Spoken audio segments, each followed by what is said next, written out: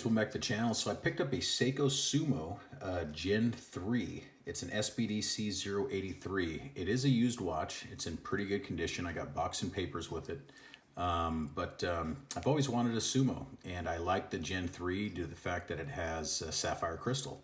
So let's get into the specs. So this is a 45 millimeter from side to side.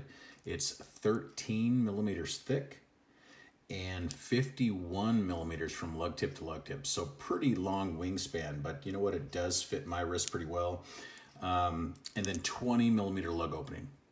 Now, some differences between this model, mainly the aesthetics. Let's look at that first. So you have a sapphire crystal. You have a little smaller loom plots than you had on the previous model. And you have also smaller font on that bezel. Okay, so not a ceramic bezel. It's just got that regular, aluminum bezel insert, but smaller font.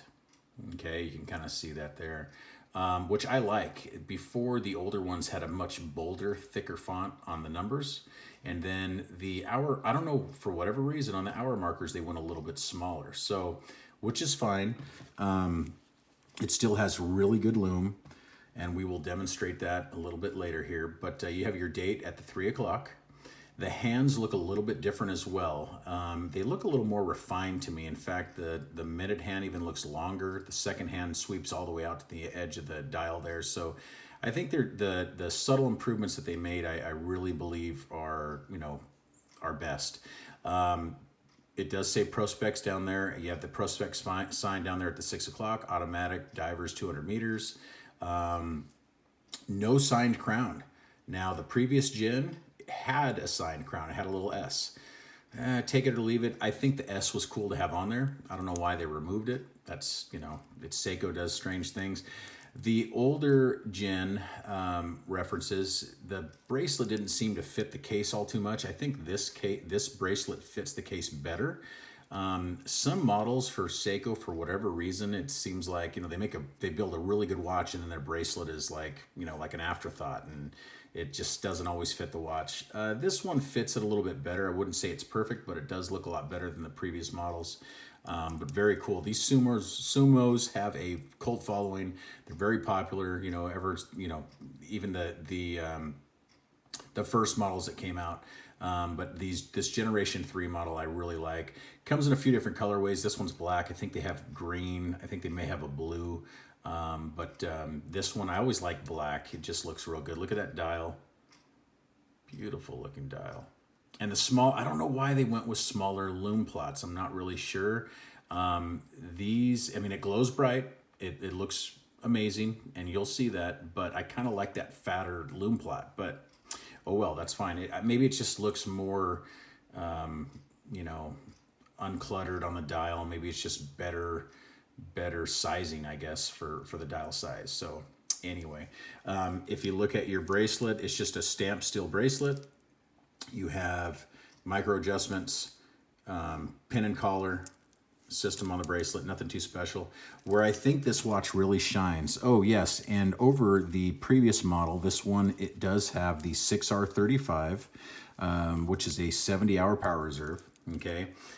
Beating away at 21,600 vibrations per hour. It does hand, wind, and hack, so you guys are familiar with all that. But it is, not only does it look a little different than the previous gen, but it has the better movement.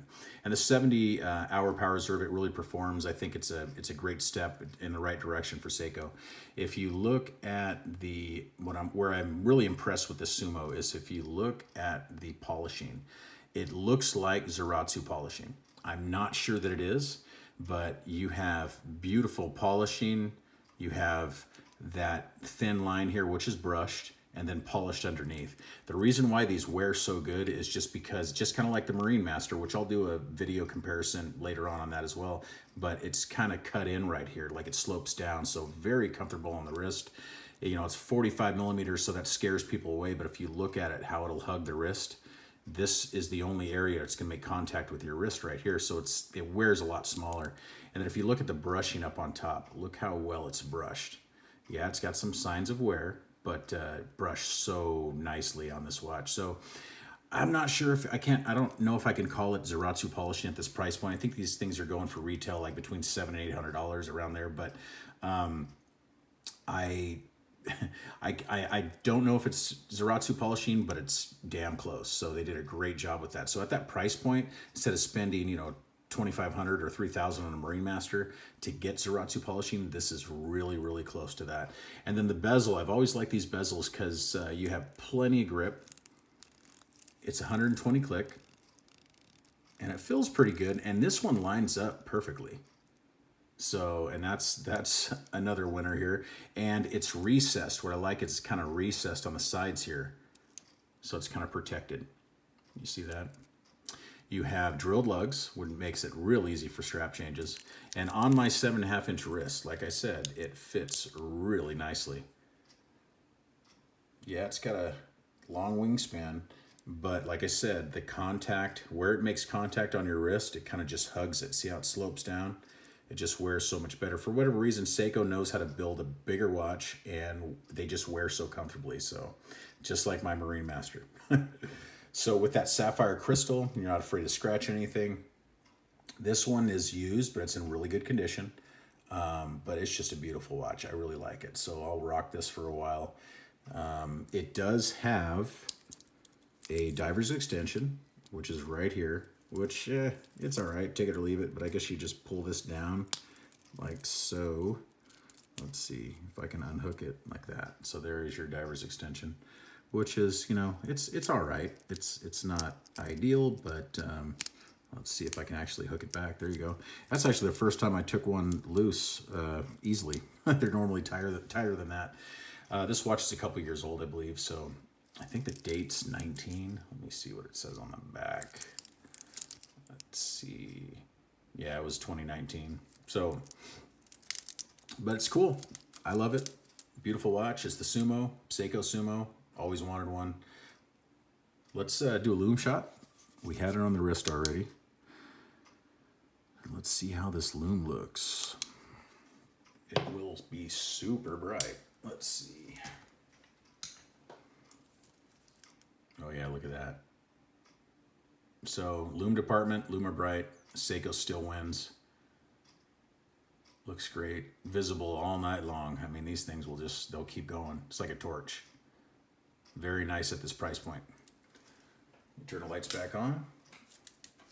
So there you have it, guys. The Seiko Sumo SBDC083. Thank you so much for watching. Please like and subscribe, and I'll see you guys in the next one. Thank you. Bye-bye.